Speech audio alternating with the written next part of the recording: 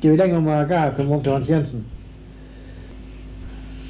Der mindes jeg nu, det var det, Andres Jørsens far i Nøbborg.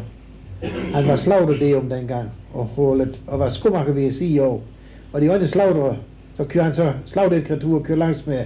Og de andre slagtere, de har jo ikke det, for han har jo 9 hånder som dem. Og de kaldte ham med skoslagter. Men han klarer sig godt. Men en skønne dag fik han en proces med på en Bleis bedstefar, hvor det var et par kvadratmeter løgn, det om vi hus. Og ingen af dem ville give den. Og de kom for at vinde ret derude i Sønderborg. Og han vandt sag, så det var ikke så godt. Men de siger, at de rejste, der så de til Anne-Sophie og Peter Jendre. Anne-Sophie, hun var en søster til Mads Madsen i Osborg. En stor patriot deroppe, men det gik han og drak sig i år. Og Peter han var fra Mjøls. Og de drogs altid, når de kom sammen, det var mærkeligt nok. Men så som siger, så Anne-Sophie, så skal du have ret den her gang, Peter, så han sådan. Så sagde vi det, så fik du ret den her gang, men det var noget sådan, der ligger der. Så fik han jo ret og tilfældt så.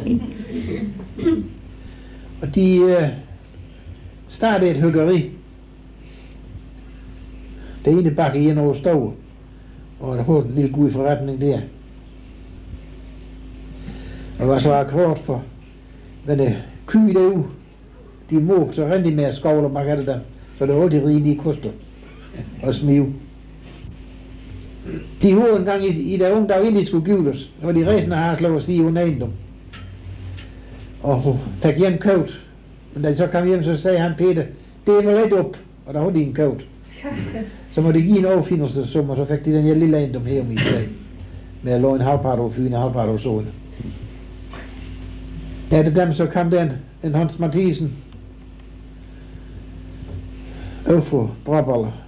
Han var på Bleis sted der, og han kunne ikke klare sig derovre, så kom han herover og fik det her. Og hakke lidt i. Så kom han krig, og han blev indkoldet. Hvad er det i krig, der så han så? Indtil Hans Jensens mor og bedstefar, de købte af dem deroppe. Der havde de snart alle bygningen anden brække dengang.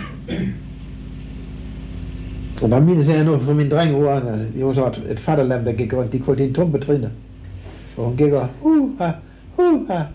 så var hun fundet op, hvor jeg legede derude i bakhus derude, hvor det lus derude, og det var en læge op til, og det var en krævel op. Og de var bange for at have hende deruppe, så fik de byens karl til at fik hende anden bakse igen. Kunne de hyde med, så hun sagde, ja, det kunne de gå. Og jeg vil nogen sige, at der har vi jo blom. Og der mindes jeg nu snart 5 generationer derude. Jeg kendte den hive gammel. Christen Hansen Blom. Dengang der havde de 3-4 Svend værksted og en lærdring. Det var en større forretning. Og han var lidt skidt til bins. Og så flyttede han alt sit håndværkstøj, det flyttede han ind ad køben. Og hvordan det gik og ikke gik med det, han kone hun fået derovre og brække i hoft. Så det var ikke så godt. Men hvor ring han var til bilen, så gik han i kirke hver søndag. Og når han kom ud over sakristi, så stod pastor Engel der og snakkede med ham. Så skal jeg hjem og få de øs, så han sagde. Nej, i dag var det søndag. Jamen øs kan du være med, så han sagde. Han blev ved indtil sidst. Og han blev død i 1908, 87 år gammel. Og så var de derude ved Blom, der var de et mølderi, hvor de hente, hvor folk de hente et mølt, og så lavede ølov. Eller så far hans ville aldrig have det øl det omfor. Jeg har set så han havde kyget i sted og stridt i dam, og det bruger de til at det er mølt. Men Blommens mølt, det var det bedste af i her.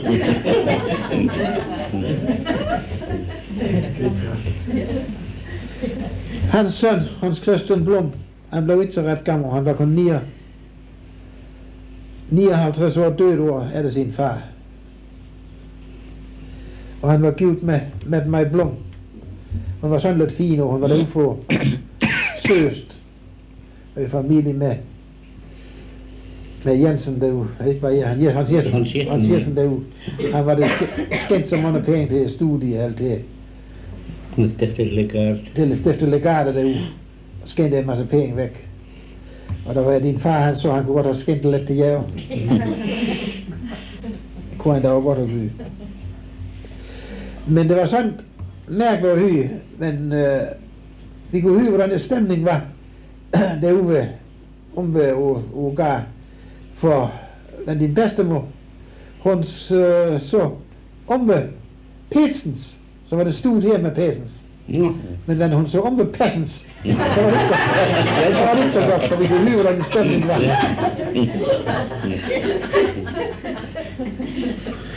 Og Hørnbo, han så gerne, når det nu nye stav, så gik de langs og slog potter, og gik hele by langs, de begyndte, helt om ind og ned. Og så gik de fra det ene hus til det andet, og så tog de folk med, og gik de til det næste. Så lønnede de op på Hørnbo. Hvis han var sangål der, så slog den gamle bedstefar, han slog over glas. Og så han sådan, nu er højen tal. Nu har vi været i begge ender, og begge ender er i gode, så han sådan. Og konen sagde, det kan I hyre, er der en mand, der kan tale. Jeg ser jo gav i luft. Ja.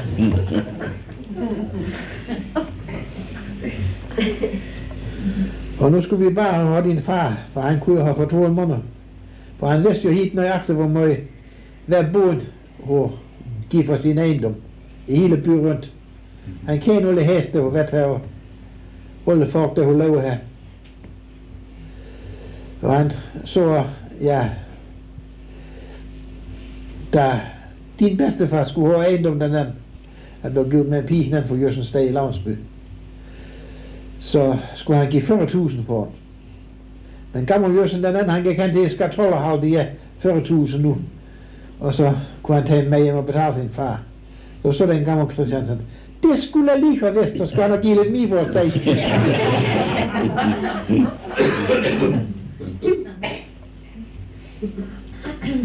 Og jo områden, det stuegar, det var jo om ved Thomas Kokhav. Og nu var det mærkeligt med de 3 derom. De stod i samme mod den træer. Og det gik lidt til omskjuten, så det gør ikke så meget. Men den Thomas' it var med bagaf til den blommegild, så gik de om over lovt. Og så kunne de se og sige, den er jo gardine, og kunne sige, hvad de hørte, det skal, hvordan det var der.